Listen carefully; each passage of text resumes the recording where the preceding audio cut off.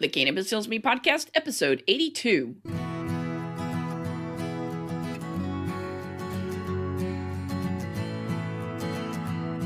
You're listening to the Cannabis Heals Me podcast, where we explore the real stories of real people who have discovered the profound healing properties of the cannabis plant in their own lives. Find more at cannabishealsme.com. Happy Monday, everyone, and welcome back to the Cannabis Heals Me podcast. This is your host, Rachel Kennerly, recording once again from the Storybook Inn Studios. Thank you guys so much for joining me today. I know there's a lot of stuff for you guys to listen to, and only so many hours in the day that you're not wrangling kids or working or who knows what else. So I really appreciate you taking time out of your very busy day to come and spend some time with me. Did you tell 3 people about the podcast last week? One of the things we've been asking our listeners to do over the past several months is to tell 3 people about the podcast. That's a free way for us to get the word out about the podcast, for us to get the stories out to more people. There's still a very small, stubborn minority of people who don't feel like cannabis is medicine. So we ask you each week to tell 3 people about the podcast. Let them know about an episode that has meant a lot to you, or that maybe they have a condition and say, hey, I heard that cannabis can be used for blah, blah, blah. Because we know everyone loves getting unsolicited health advice from their friends and family. But, maybe they never realized that cannabis could be helpful. Crohn's disease. I've got several friends with Crohn's disease. We had Angie Finn on a few months ago to tell her story of how she's using cannabis now as medicine, has been able to replace all of her pharmaceutical medications with cannabis. So maybe they never realized that cannabis could actually help with that. I read an article recently that cannabis can help people who have Down syndrome because they have more, I think, CB1 receptors in the brain, and cannabis plugs into that and helps them with that. So, there's things we're learning all the time about this plant that can be helpful for medicinal reasons. And if they're not in the loop, if they're not, open to the idea of cannabis as medicine, they're not going to be aware of that. So tell 3 people. I invite you to tell 3 people, and this isn't self-serving.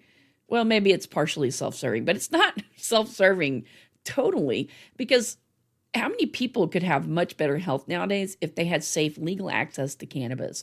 An untold host of people. So the more people realize that this is medicine, the more people are going to put pressure on legislators to change the law so that people can medicate the way they feel, that the decision is between them and a doctor, not a politician standing in between them and their doctor. So tell 3 people about the podcast. Let's get the word out that cannabis is medicine. We're actually going to be joined today, as we normally are on Mondays, by someone who uses cannabis as medicine. Robert Head is a former military member, and he's joining us to talk about how he was able to replace alcohol with cannabis with much better results. He's also been able to replace his opioids for chronic pain with cannabis as well. Cannabis has made a tremendous difference in his life, and he has a farm now called Blue Cord Farms up in Maine. And he also has a project that he's working on that's going to highlight the plight of veterans who are stuck in a pill bottle. It's called Operation Trap. So without further delay, let's welcome Robert to the program. Robert, welcome to the program. We're glad you're on. Thank you. Glad to be on. Absolutely. Now, we've been, I guess, friends on social media, and I think maybe Jennifer might have introduced us when I was first getting into the cannabis industry. Maybe Jennifer Gennaro, is that right? I think so. Yeah. About a year or 2 ago. Yeah. So I've slept since then. So I can't remember how exactly it went down, but I actually had an opportunity to meet you at the Marijuana Policy Conference. And then I heard that you guys, I knew you had a farm, but then I heard that you guys are working on this project with Eric Espinoza, who was also formerly a guest. And so I wanted to have you come on and tell us your story, and maybe tell us a little bit more about your project that y'all are working on.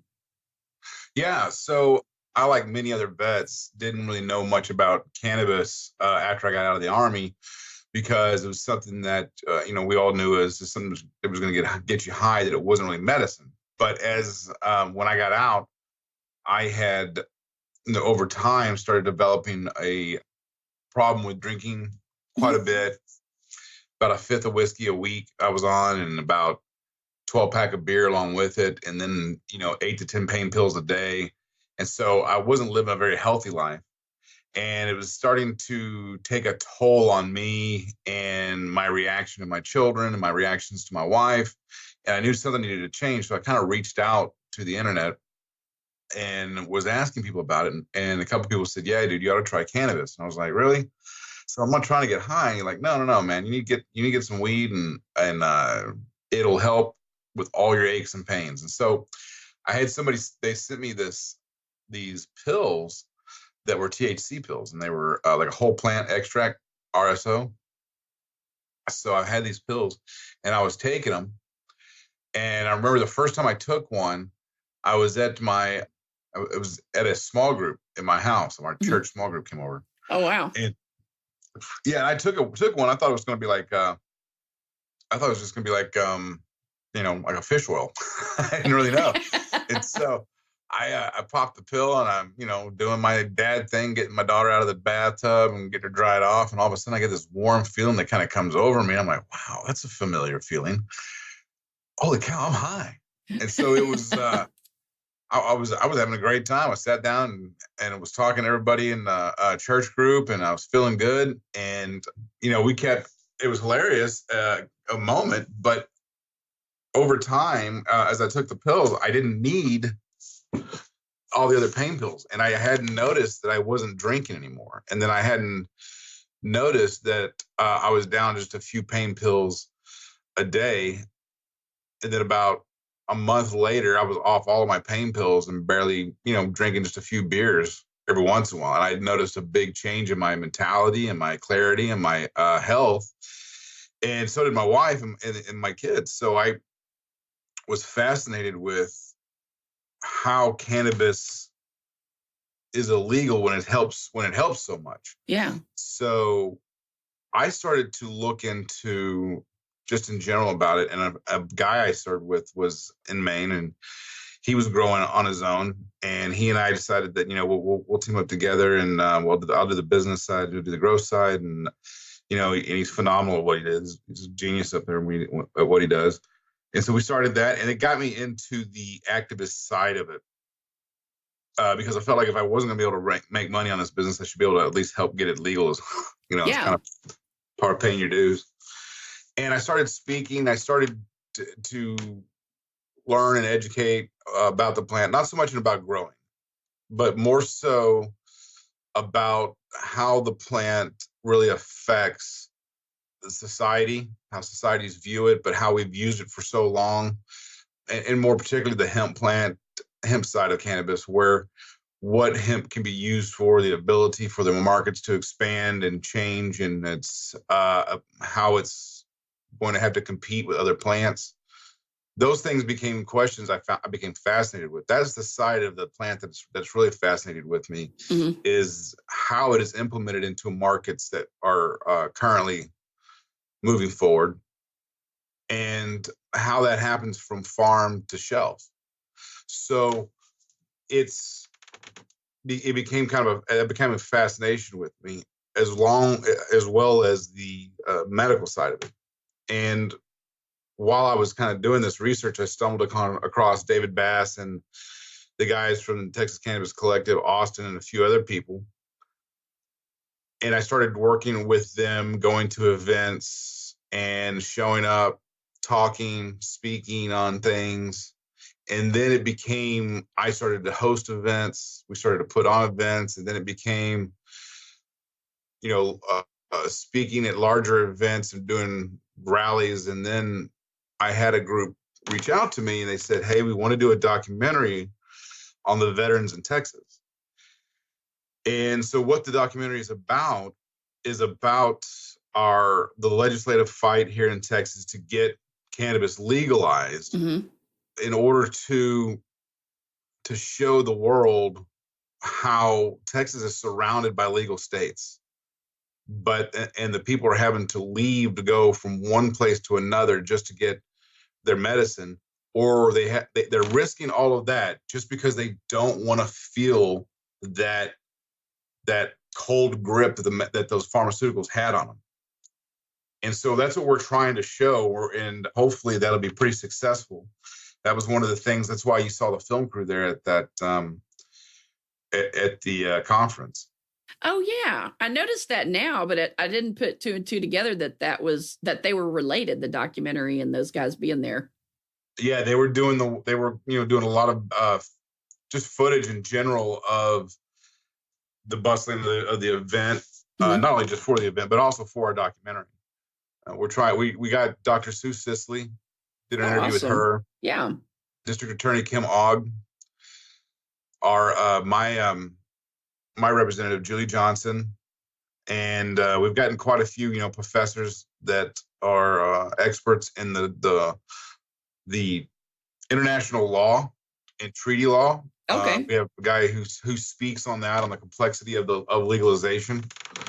And then we also have a guy who is a professor in commodities, and more specifically hemp, and he talks about the journey of marijuana here and the background behind it and why it is the way it is, especially here in Texas. And then we're gonna move. Is that Bradley Brewer-Jardy? Yeah, yeah, Yeah. He's been on the show. He's awesome to talk to. He's amazing. Yeah, Man, he's absolutely amazing. He knows it all. Yeah, he does. He has got extensive knowledge on it. And two, the reason we wanted that is because we wanted to be able to show what the plant actually is and does, and move into the complexity of why it's not here any longer. Hey guys, wanted to tell you real quick about our podcast host and sponsor, Anchor.fm. If you're thinking about starting your own podcast, I highly recommend Anchor. It's free. There are creation tools that allow you to record and edit your podcast right from your phone or computer. They'll distribute your podcast for you, so it can be heard on Spotify, Apple Podcasts, and many more. And you can make money from your podcast with no minimum listenership. It's everything you need to make a podcast all in one place. Download the free Anchor app or go out to Anchor.fm to get started. That's Anchor.fm. Now back to the show. Yeah. And us trying to change the laws and what we're doing. So Texas VNR, we got a lot of good relationships with everybody. It's going to take quite a few people to pull this off. Now, Texas VNR, that's Texans for Natural Rights or Veterans? Correct. Texas Veterans? Texas for National Rights. Now, they are a nonprofit. Uh-huh. Texas Veterans for Medical Marijuana is just a group. We're not an affiliation. We're affiliated with Texas Normal, but we're not a nonprofit. We're not a political group. We didn't fill out any paperwork to make us an official group, if that makes any sense. Yeah. So for us, we became a movement. Texas Veterans for Medical Marijuana is more of a movement than anything else. And through this movement, we'd be able to create venues, events, and opportunities like this documentary that I think can really help. We're hoping to release it in 2020, in summer of 2020, before the elections, and kind of have it go all the way through. So now, what is the name of the project? Because it was one name, but now y'all have had to change the name. Is that correct? Correct. It originally was Illegally Alive or Legally Dead, and it's kind of a mouthful. But what happened was that there was a group that had a cannabis documentary called Illegally Alive, and they had trademarked the name. So it was in our best interest to just say, okay, we'll just change the name. And it gave us a minute, but it took us about a couple of weeks to do it because I was in Maine at the time. And so we changed the name of the film to Operation Trapped. And Operation Trapped has been one of the things that Texas Veterans for Medical Marijuana do. It's a pill bottle that we put a green Army man in, and it's sealed. And inside that tube, or inside that pill bottle, I should say, is a note to Governor Abbott from that veteran. And so we have hundreds of them, and that's what we've collected. And we send that and the coffin to Governor Abbott because he wouldn't listen to us the first year. So we sent him all the pill bottles and the coffin to him the second year, and still didn't really meet with us. But we're hoping at some point in time that they will. And Operation Trap, the reason we call it Operation Trap is it's really about this movement of trying to get these veterans that are trapped in Texas, and they have opportunity all around them, but they have to leave their home just to go to be healthy. It's not right. And so we're trying to push that mentality and show people outside of the cannabis area, the cannabis a movement, because those are the people. I can speak all day long about how great weed is to people who love weed, and I'm not changing their mind. Right. So it's really to get outside of that bubble, and that's what's very important. Yeah. Well, and so many of these guys that get prescribed the drugs, I mean, they do get trapped by the drugs. Mm-hmm. Even, they do. Even, I mean, that's the sad thing, is they have an addictive quality, and the quality of life for the people that have to rely on them is not as good as the people that are able to use cannabis as medicine. That's right. That's 100% correct. The biggest issue we see, I think, on a day-to-day basis with veterans is that there's cocktails of pills they're taking. It's normally not because it's one or two. It's like there'll be 4 or 5, maybe 10 or 12. And when you have a cocktail of it, there's so many variables that could happen when you put those things together. And majority of it can be bad. Yeah. So if a person's taking all these medications and their injury is no longer a problem, but now they have another problem where they're depressed, or they're sick, or they're weak, or they're not like a zombie, but they're not living a life. All they are is just staying alive. Mm-hmm. And when you take a soldier from a lifestyle that you live where it can be extremely exhilarating, exciting, and there's a lot of things that are happening, you're doing a big job, and then you take that person who is maybe an alpha mentality and you bring them back and you make them a zombie, it's no wonder they commit suicide. They don't have a life to live any longer. Yeah. Being alive and living are two different things, And I think a lot of these guys, they come back and, we experience amazing things and heartache and horrible things as well, to come back to a very slow life where you're not doing anything. You're just staying alive. You're going to a job, you're coming back. It's all monotonous. And, you start getting depressed and you start taking more pills and it doesn't help, and you start feeling sick. And so it becomes a snowball and you don't know how to get out of it. And then people wind up smoking marijuana and their lives start to change dramatically. And then all of a sudden they take control. Maybe it's a little thing they take control of, but how much they drink, or how much they start, they're smoking cigarettes, or whatever it is, pills that they're taking. And they start getting these little wins in their lives. And those little wins are important because it kind of keeps you going. And the next thing you know, you have those little wins become larger wins. And now you're on a path to a healthier life, and you're mending relationships, or you're bettering relationships because you're no longer a zombie any longer. Texas, because of its laws and because of the way it's structured and its refusal to really educate themselves, has in proxy kind of created this problem. And I think if we can, legalizing marijuana going to fix the problem? No one ever said that this was a problem to fix a problem. What it does do is that it clarifies your problem a little bit better. It allows, kind of takes the fog away from what the real issue is. Is it going to cure PTSD? No, but does it help inside of a therapy? Well, of course. So why not use it? Let them use it day to day. When they come in, their therapy is probably going to move a lot smoother. So there's a lot of aspects of it. We don't know everything about it. There's a lot of studies that need to be done. There's a lot of questions we have. Yeah.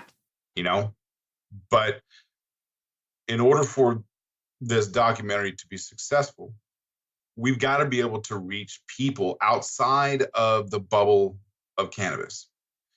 There are people who on day-to-day lives who never, ever come across cannabis or weed or anything. They don't know anything about it. They could care less about it. It's not an issue to them. Those are the people we need to reach, and those are the people who need to understand. And that's kind of a tricky thing to do. Yeah, it's tough because, I mean, I was one of those people that lived in that bubble.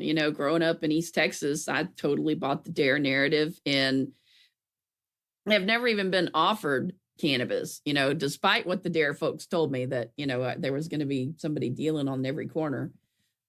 So it is difficult to try and reach those people and educate them because they've just been propagandized against this plant for so long, and then they just want to shut down and not listen at all. And that's a very frustrating challenge to overcome. But I think stories are a good way to get through to people. It is, and we don't want to tell a story where we're specifically blaming a set group of people. Right. Right. We're not wanting to blame Republicans. We're not wanting to blame Democrats because let's be honest, it's both their fault. We're not wanting to blame Christians. We don't want to blame religion. We're not trying to blame anything else. If there's anybody specifically we talk about, it's probably Dan Patrick and Governor Abbott, Senator Campbell and Senator Birdwell. Those are the people that we'll probably target in this because we feel like we're getting backstabbed by them. Yeah. And not so much Donna Campbell as much as Dan Patrick. Donna Campbell has agreed to talk to us prior to legislation, way prior to legislation, and to really get a better understanding. But Dan Patrick won't even listen at all. I've tried to go to Dan Patrick's office and I've met with his staff, but he won't ever meet with us. Yeah. And the staff just says straight up, right off the bat, they're like, listen, he's not changing his mind about this. But you can tell his staff is like, I can't believe that his staff thinks it should be legalized, but he's staunchly against it. Yeah, that's the frustrating part, to think that one person can, throw a monkey wrench in the whole thing. I mean, I really thought after this last legislative session here in Texas with so many bills introduced, we'd at least have something. And to come away with, 0.5% THC and slightly expanded conditions for the teacup program was really a slap in the face. Yeah, it really was. I was hoping for at least decriminalization. Mm-hmm. I think by proxy the hemp bill did that, but even though everybody's disagreeing that it didn't decriminalize marijuana, I'm like, yeah, it didn't. You just now can't enforce it. So it's, that's the problem. And there's going to be lawyers and district attorneys that are going to throw it out. I mean, Houston's not going to prosecute. Right. Houston's huge. They're not prosecuting for it. I know because I talked to District Attorney Kim Ogg, and she's in a documentary stating that. Yeah, and the money that they've saved by not prosecuting all these little minor possession cases is astounding. Yeah. And then they've been able to focus on actual police work and processing rape kits that have been sitting on a shelf for 10 years. Right. Exactly. Well, going back to your personal story, was there anything particular that happened that you're finally like, okay, I got to change? Or was it just, you just kind of were like, life is bad, I got to make a change? Or was there one particular instance? Well, I think for me, I'm the kind of person that will see a pattern very early on in a lot of things. And I then, if it's a pattern that's going to be destructive, I start immediately trying to find a way to disrupt that pattern or to fix the problem that's creating that pattern. Mm-hmm. So as I started to see myself become angry with my kids or get fed up with them for them just being kids, that's when I think I noticed a pattern. I've been yelling a lot at these kids, or been short with the wife, or just, not passing out before I go to bed because I'm too drunk to get up or something of that nature. I could see a pattern happening, and I thought to myself, well, this is not sustainable. I can't sustain this. This is not the life that I want. I don't want this relationship with my children. I don't want this relationship with my wife that has become negative. I want a positive relationship with both of them. And so that's why I started kind of doing some research. And someone mentioned cannabis, and when I felt that grip of the pain meds and the booze and everything else release me, that to me was the thing that said, this is exactly what veterans need. They need to have this. It's not going to solve their problems, but it sure as hell might help them solve their problems. Yeah, because drinking is a big problem with military. I know David Bass. That was one of the things that he struggled with, is he was drinking. And he said after he started using cannabis, he didn't make a conscious effort to stop drinking, but he just kind of did it automatically. That was exactly what happened with me. It wasn't a conscious effort. I just didn't have a desire for it. Normally when I would drink was because I was looking to get that buzz of some sort. Mm-hmm. But I didn't really need to have that buzz because I had cannabis, and that gave me that relaxed feeling in my back and in my mind without having that alcohol go through my veins. And so whenever I did drink, it was just because I wanted to have a beer. It sounded like a good idea, and so I'll have a beer, or I'll have a whiskey and Coke, but I'll only have one, maybe two, and then I'm satisfied with the drink. You know what I'm saying? And so it's kind of weird. It's like you would normally just keep drinking, and I'm like, no, I'm fine. I only had one. I'm good. And people look at you like, you don't want another one? And I'm like, I don't need another one. I'm fine. I enjoyed that one. Very much so. Thank you. But I'm good. So he's right. I think it wasn't a conscious effort. Next thing I know, I was like, I just haven't been drinking that much. What was your wife's reaction when you, assuming you talked to her first, or did, I don't know. Yeah, I did. What was her reaction? I mean, because in the military, I mean, you can get kicked out if you test positive. So a lot of people that have prior military experience don't think very favorably of the plant. So what was her reaction when you told her, hey, I think I'm going to try this? So I told her, I was like, hey, they're talking about cannabis, and my buddy of mine says he's going to send something to me. And she's like, I mean, sure, if you think it's going to really help, with the pain pills, you could try it. And so I think when she started seeing the change, because it wasn't like we were getting shipped in a pound of weed or anything like that. But when she started to see the change in my knees and my back and my just overall ability was so positive, she was like, I don't understand why. She jumped on immediately. She was like, this is amazing that this plant can do this type of healing on so many arrays of people, of patients. It is quite amazing. So she started looking more into it and researching it as well. She's fascinated by it, just like I was. What has your family's response been? Especially, I mean, you're not in the closet. You're pretty vocally outspoken. So what has their response been? Well, it's been very positive. I've been 100% supportive. That's awesome. Because it's because I'm doing it for veterans. I think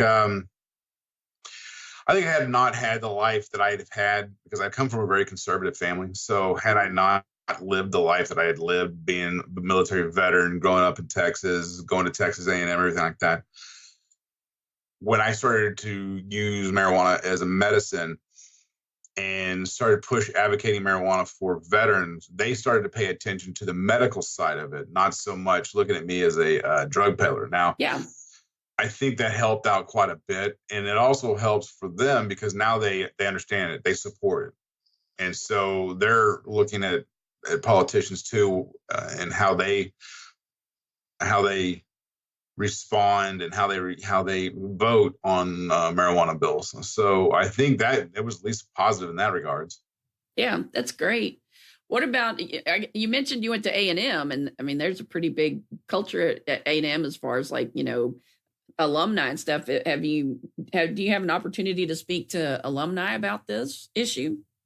Yeah, I have. I've spoken to quite a few different members in Texas A&M in regards to cannabis. I contact their agricultural science department quite a bit on it, and they love it. They think it's a fascinating plant. They want to study it, and a lot of the alumni don't really have an issue with it. I think some of the more conservative ones do, more of the ones that are in law enforcement. Mm-hmm. But at the same time, I'm also teaching a class for law enforcement about hemp and marijuana. So, that's awesome. And we get, really good results because they kind of find out, like, I didn't know so much about it. And that's what we were telling them, like, yeah, it's not a dangerous plant, and legal states are not having big issues. You're just not seeing what you think you would be seeing out there. And they all agree. It's, you go to Oklahoma and you drive around Ardmore, and other than a few dispensaries popping up, really hadn't changed much. In Marietta, where they have 2 dispensaries in this little podunk town, hasn't changed. And that's what they were all saying, is that nothing's changed here. The people who were smoking weed beforehand are just smoking more now. That's it. And it hasn't, to them, it was because Oklahoma's been smoking weed for a long time. And I think that vote, when they held the vote for the public, everybody was like, yeah, everybody smokes. Yeah. Well, they're constantly astounded by how many people have actually gotten medical cards in Oklahoma. I mean, I think at this point about half the population has them. Oh yeah, it's crazy. It's easy to get, and it's everywhere, and it's fine. It just hasn't. You're going to see a big health turn in a lot of these states too.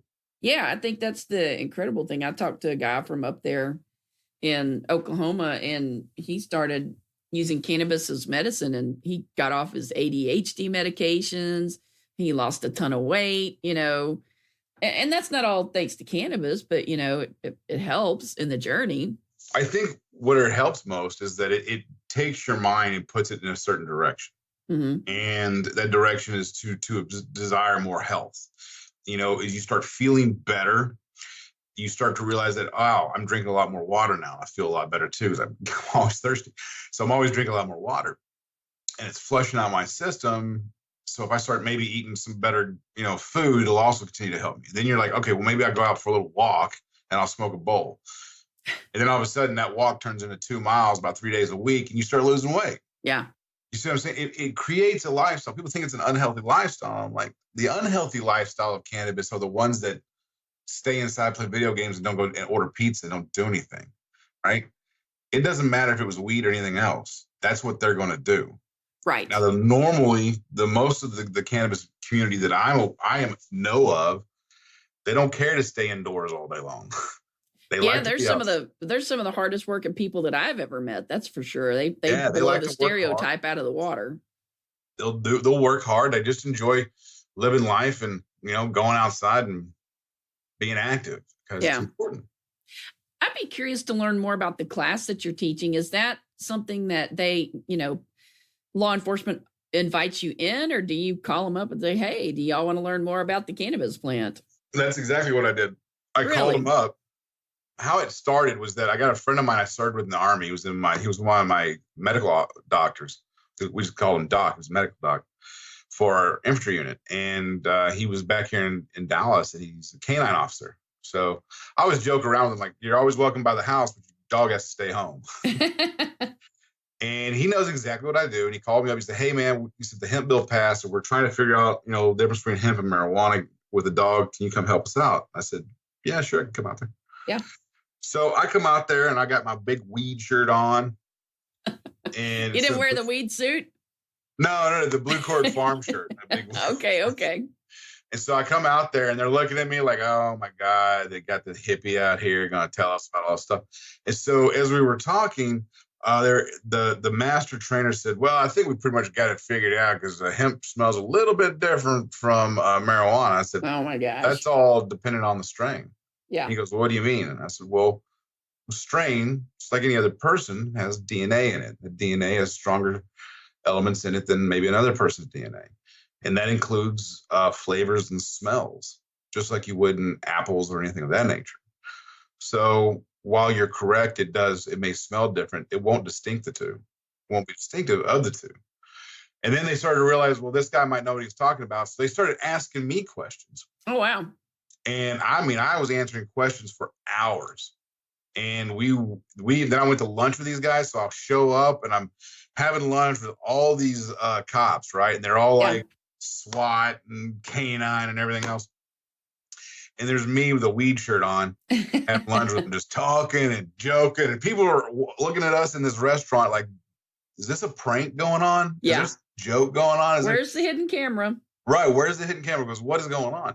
And I realized that cops generally do not want to mess with marijuana, but they do want to make sure they uphold the law, because that's what they're sworn to do. And they take that oath very seriously.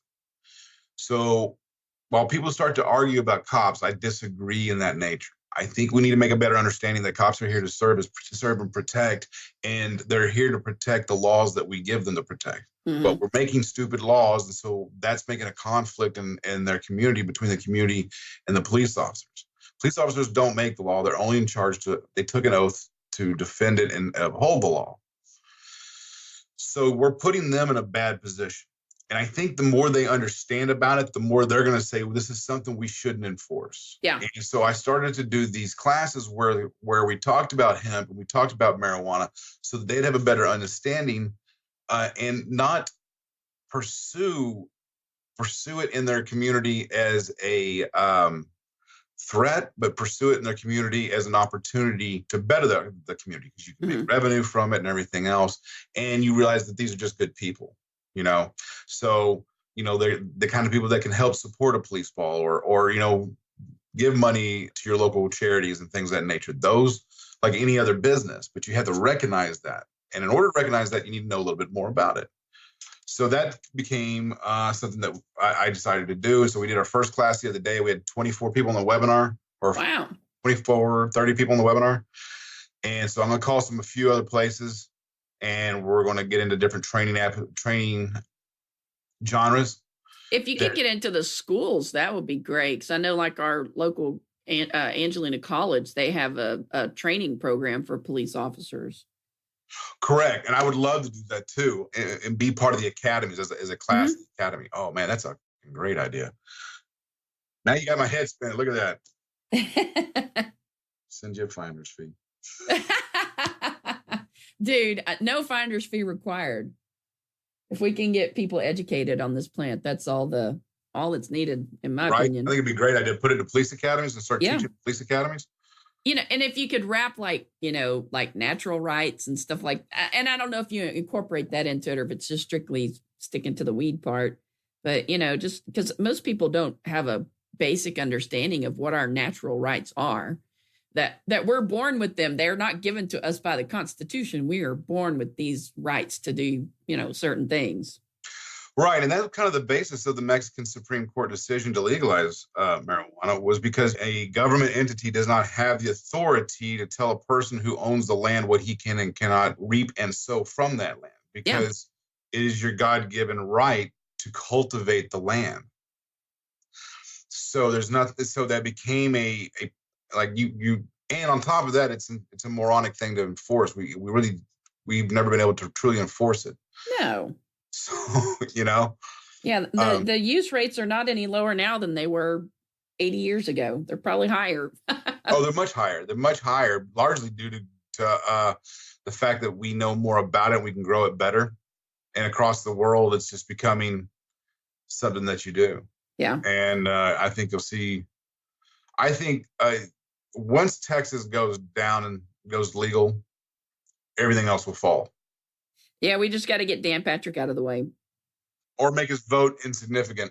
Yeah, I don't wish anything ill on anyone he knows, but it's like when you're a hardcore prohibitionist, you just shut your ears, and it's not until you have a personal experience with, you know, you or someone in your family or a good friend, you know, you just always say, oh, it's just about getting high, and sometimes the only way that people change their minds is when they have it's the issue has personally touched their life. Right. And hopefully he can kind of understand that, at least before he gets out of office. Yeah, because we're still stuck with him through the next legislative session. We're not going to be rid of him anytime soon. No, I think he's got another 4 years. Ugh, gross. Yeah, I think him and Abbott. But he said he would sign the decrim bill. Didn't he kind of indicate that before the legislative session started? I don't think so. He's kind of been flip-flopping on that. Yeah. And, you know, it has to come with almost a veto proof in Texas. As long as these two guys are there, it has to come in as veto proof. And we don't have enough power in the Senate to pull that off. Yeah. Yeah, because the Senate is pretty conservative. I know my senator here in Texas, he's not going to vote for it. Who is it? Oh, Robert Nichols. Robert Nichols? Yeah. Yeah, I had a guy by the name of Matt Rinaldi in my district. Uh-huh. And he was running against Julie Johnson. And I went to Matt. I said, hey, are you going to help legalize marijuana for veterans and things of that nature? He's like, I'm just not going to do it. I don't really believe, I'm not convinced. They're having problems. And like, and we discussed it and agree to disagree or whatever you want to call it. But I went over to Julie Johnson and talked to her. She says, I fully support it. I said, okay. And I'm not a Democrat or Republican.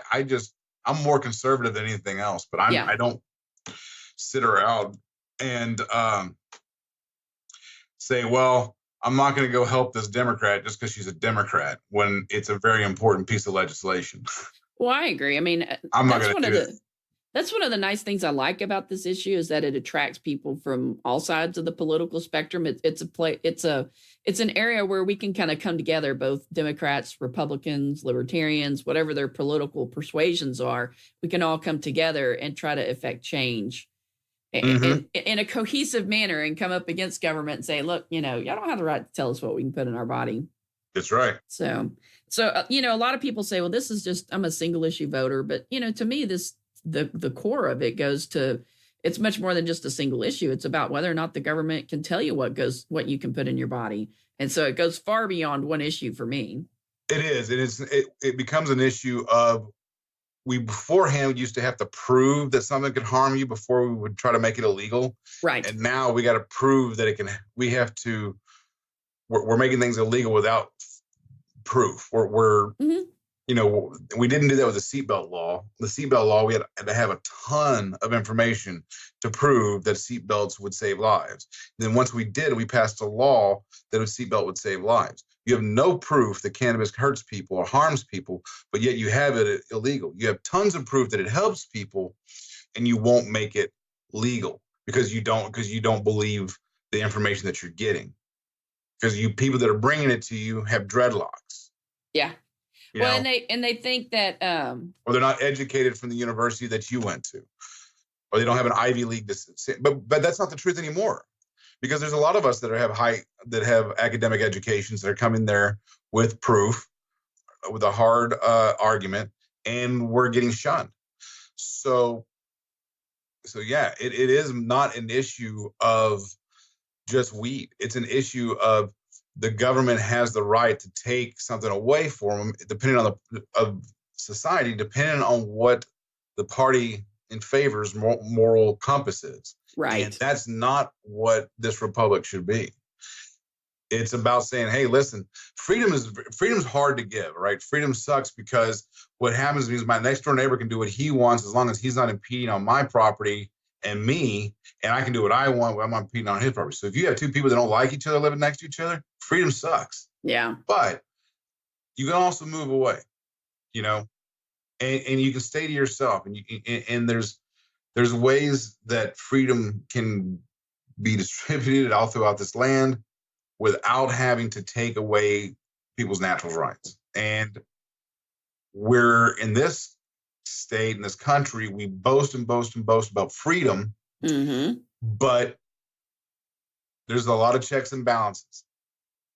Yeah, sure, there's a whole lot of not freedom. You need to have a license. Sure, you can fish, but you need to have a license. Sure, you can drive on the road. We'll take your taxes to pay for the road, but you need to get a license. So there's a lot of things that in this state, in this country, that are completely, stupid laws that we need to change. But it's all, every 2 years, it's a political war struggle. Yeah. And that political struggle, just all it does is it takes care of the party's important points. It doesn't give a shit about the people's important parts. Right.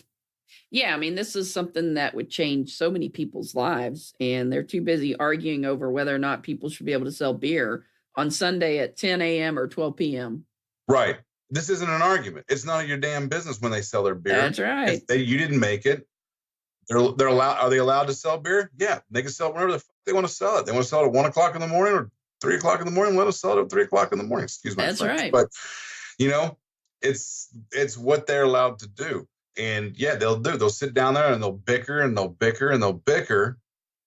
And they're pawns of religious movements. They're pawns of corporate movements. They're pawns of of liberal movements. They're pawns of conservative movements. They're not pawns of the people. Yeah. And we got to get those people in. Yeah, I agree.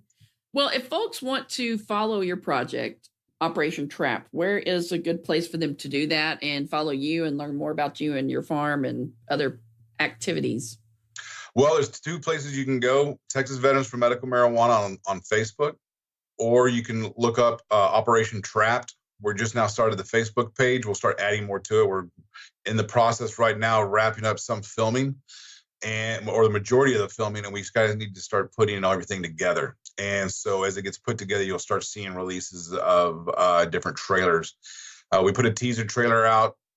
We had to redo it because of the name change. Mm-hmm.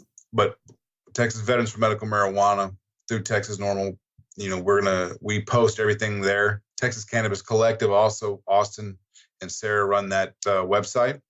They will be doing majority of the promotions for the documentary. And then, just like I said, Blue Cord Farms, you can always follow me on Blue Cord Farms. We will be posting all sorts of different events. We had one recently where we took a couple of guys to Oklahoma for a veteran event where we visited a farm. That was really cool. Oh, that's awesome. Cool. And we'll probably have some more of those in the future. That sounds great.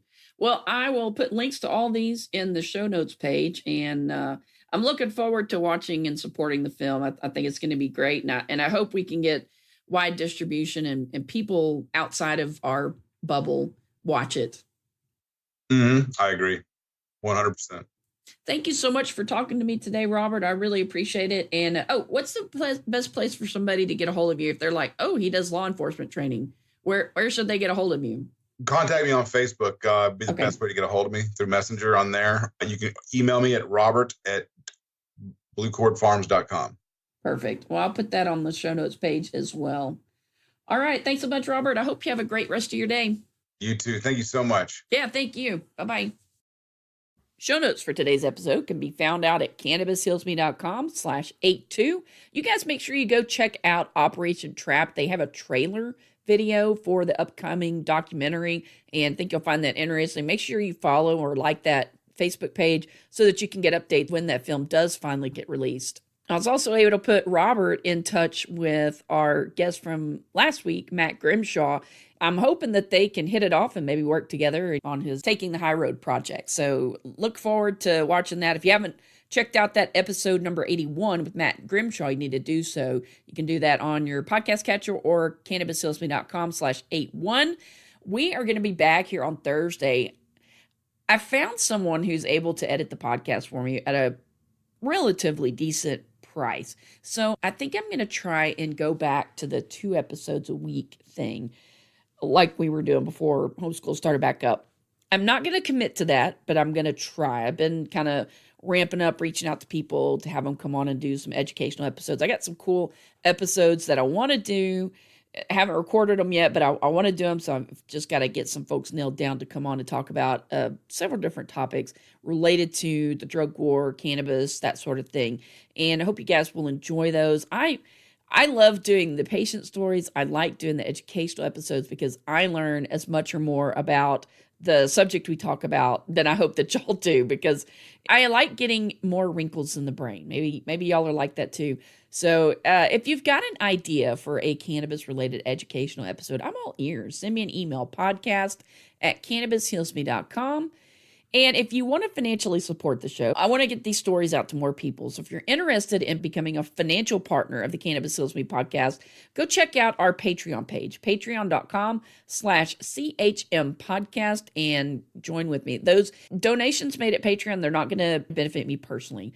What we're going to do instead with those dollars is actually roll them into advertising for the show, get them on some other podcasts that have a larger reach, a larger audience than what I have now. And I don't want to just preach to the choir. I want to reach out to people who maybe don't necessarily think about cannabis and the ability to decide what you put into your body as a liberty issue. So if you want to partner with me and help us get the word out to more people, we'd love to have you come on board as a patron, patreon.com/CHM podcast. And we'll be back here on Thursday. Until then, you guys have a great week. Thanks a lot for listening. Hit the subscribe button and you'll never miss an episode of the Cannabis Heals Me podcast. If you enjoyed today's show, please consider leaving us a 5-star rating on Apple Podcasts, Google Play, or whatever podcast app you're using. Do you have a suggestion for a guest on Cannabis Heals Me?